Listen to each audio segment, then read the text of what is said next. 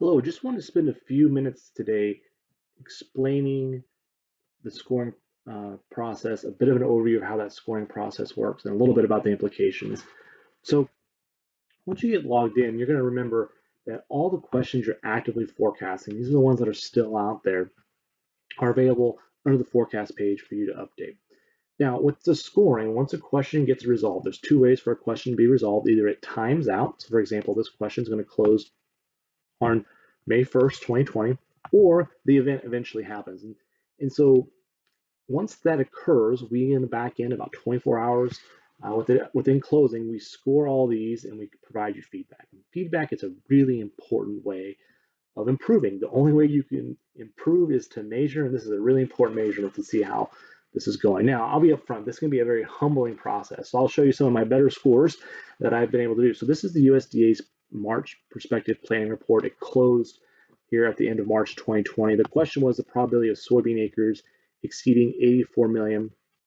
The outcome of this was no, the USDA actually came in and that report said 83.5. So the first piece of information we give you is the result. So it was a no. We provide a bit of a commentary. Now, just like within the forecast tab, we're going to show you what your past score is. So initially I came in with a 49% chance of this happening. Then as we got closer to that report date, I upped it to 65%. This is what the consensus was telling us. And so if I'd have left a good note here, it would have, I said no comment log. If I'd have left a good note like I should have, I could have reviewed and said what was going on. Now I happen to remember I was reading a lot of media reports and I shouldn't have made that last minute adjustment here, but I did. And so this is another piece of feedback as you compare where you were and how maybe the information you were thinking about either helped or distracted. The second thing to keep in mind here is a participation, right? This tells me that I began this at the very beginning when this question was open. And so I had a participation rate of 100%. What this tells you, if you jumped in late in the game, it gives you an idea of sort of where you started with respect to the total time that was being open.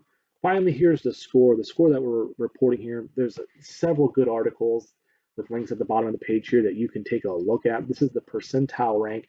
A percentile rank tells you how well you did compared to all the other participants. So a percentile rank of 70% says that my score was better than 71% of all the participants. So I was, I think, I was not the top score. That would be 100%.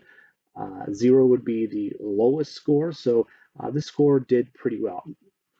The second thing I'll show you is a little different example here. This is a question that also recently closed. The probability of December 2020 corn futures contract falling below $3.50 a bushel. This resolved itself here on April 1st when corn traded well below that. So here's this commentary we provided. Here's the result. Yes, it did happen. Here are my past forecasts. I started on a 56% forecast. When the things really started to fall apart here in March, I upped my forecast and then I actually lowered it towards the end of the month. Probably shouldn't have done that. Here is the consensus. In general, my score was above the consensus, but there were definitely forecasters who were much more aggressive in their forecasting and it got a better score as a result. So my percentile rank was 64.7%, so my forecast was better than 65% of all the other participants. Again, this is a good score. It's really helpful for you to get that feedback. Again, remember, we can't improve what we can't measure. Peter Drucker really has a great quote around that remind us that this is an important piece of feedback. So if you leave yourself notes, you follow up with what information was helpful, what information was distracting, challenge yourself to think about what went right, what went wrong. And in this one, this is a very important piece of example where I need to reflect on what was I thinking about that caused me to lower that probability just days before we actually fell through this price level. Of course,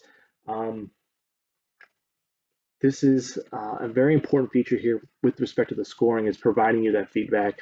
Hope you find this valuable. Of course, let us know if you have any questions, comments, or feedback. Thanks.